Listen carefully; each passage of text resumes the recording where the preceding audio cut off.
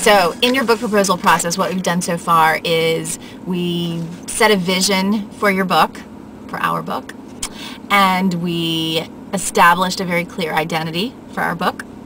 And now we're on step 3, and this is creating a fabulous title. And again, this is ongoing, okay? So you put everything in your notebook, you take it with you everywhere you go. It's really important to have a way to capture your ideas when they hit, because many times if you wait, then the idea is gone. So I highly encourage you to either, if you use a BlackBerry, use your notes. If you use Palm Pilot, use your little note, keep a place called book. Always have something to write with or write on, a little pen. Even if you have a tiny little dress-up purse, index card and a pen in your purse is very important everywhere you go. And make sure as you're jotting down these ideas and your notes that you write it in a way that you'll remember what it is. Okay, so this step, fabulous title. You may already have a title. That may have been where you started to begin with, and that's great. So write that title down, play with it, keep working on it, maybe say it out loud, send it to some friends, test it out, put it on your vision book, which we talked about. And if you don't have a title, these are some of the things. Again, in the book that I'm using, The Shortest Distance Between You and a Published Book by Susan Page, she has a lot of great ideas, different titles that work. You know, 7 ways to, 5 steps to, if you're writing nonfiction. Browse in bookstores. That's a great way, and just write down titles that you know have been successful or titles that jump out at you, and then go home and play with those titles and see how you can make something like that your own. Mastermind with some friends and family, people that are creative. Even have a party, a masterminding party, where you come over and you put a big giant board like you're going to play Pictionary or something, and have people shout out ideas. The key, I believe, to that kind of a masterminding session is for people to just be uninhibited. The more ideas, the better. And a lot of times it's, again, masterminding. The energy of 2 or more people together is what creates that magic. So people throwing out ideas out loud and then building on someone else's idea will create the magic for some fabulous things.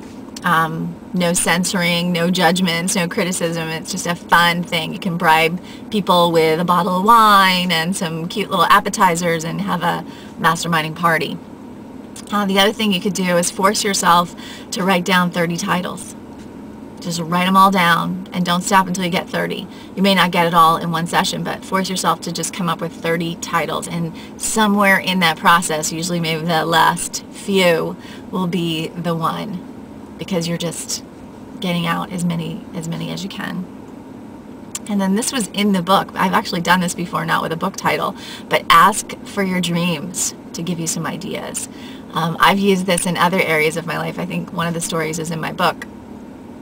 But ask a question. Ask what is a great title for my book. Write it on a piece of paper or in your journal and leave it on your nightstand, or put a little note under your pillow and ask for the dream to give you your answers. You're asking your subconscious to give you some ideas, and it's cool. It really works.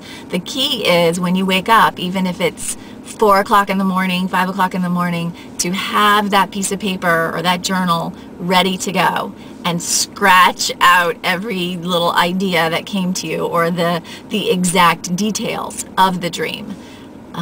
One of my journal entries, the story is in the book, that I just woke up at 5 o'clock in the morning and I didn't even turn the light on. I just wrote down enough of the dream so that I would remember it in the morning and could interpret it. So try that. That's kind of fun, don't you think? All right, so that's step 3. Now step 4, I'm going to go ahead and give you, since I'm going to be gone, which is deciding whether to self-publish or go with a publisher. There is an entire chapter in this book dedicated to that, and a lot of times that's people's biggest question. Laura Duxta and I did an audio program, I have mentioned this before, and it's all about this. There is no wrong answer. There's only the right answer for you. And it's you know, just do your research. The project, the audio program that Laura and I did, I think should be in my store. Publisher or self-publishing, which is right for you. And it's an audio, an hour-and-a-half teleclass that we did, and I think it comes with the transcripts, and it should be up. If it's not up, then send us an email, info@sandygrason.com, and we will make sure that you're able to get that and listen to that. And that's it. So then next week we start writing. We start the writing process. So it's going to be fun. That's the best part of the whole process, and it's going to be great from here. All right, have a great week.